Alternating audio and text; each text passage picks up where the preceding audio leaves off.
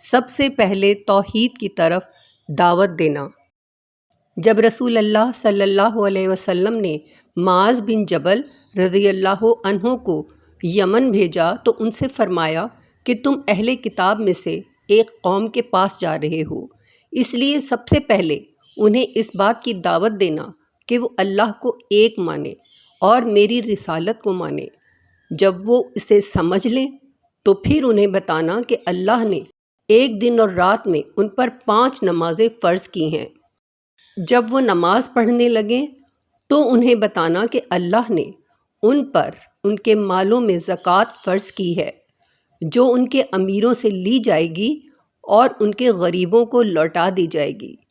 جب وہ اس کا بھی اقرار کر لیں تو ان سے زکوٰۃ لینا اور لوگوں کے عمدہ مال لینے سے پرہیز کرنا۔ صحیح بخاری 7372۔ لعن طعن کرنا شیوائے مومن نہیں۔ محمد رسول اللہ صلی اللہ علیہ وسلم نے فرمایا، تم بہترین امت ہو۔ فرمانے باری تعالیٰ ہے، تم بہترین امت ہو جو لوگوں کے لیے پیدا کی گئی ہے۔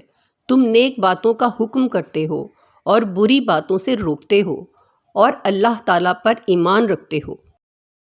سورہ آل عمران آیت نمبر 110۔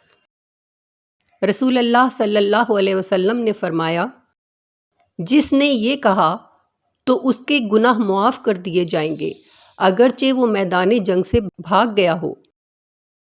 سنن ابی داؤد 1517۔ استغفر اللہ الذی لا الہ الا هو الحی القیوم واتوب الیہ۔ ترجمہ: میں بخشش مانگتا ہوں اللہ سے جس کے سوا کوئی معبود نہیں، زندہ قائم رہنے والا ہے، اور میں اس کی طرف توبہ کرتا ہوں۔ سنن ابی داؤد 1517۔ اللہم انی اسألک الجنہ واعوذ بک من النار۔ اے اللہ، میں تجھ سے جنت کا سوال کرتا ہوں اور جہنم سے پناہ مانگتا ہوں۔ سنن ابی داؤد 792۔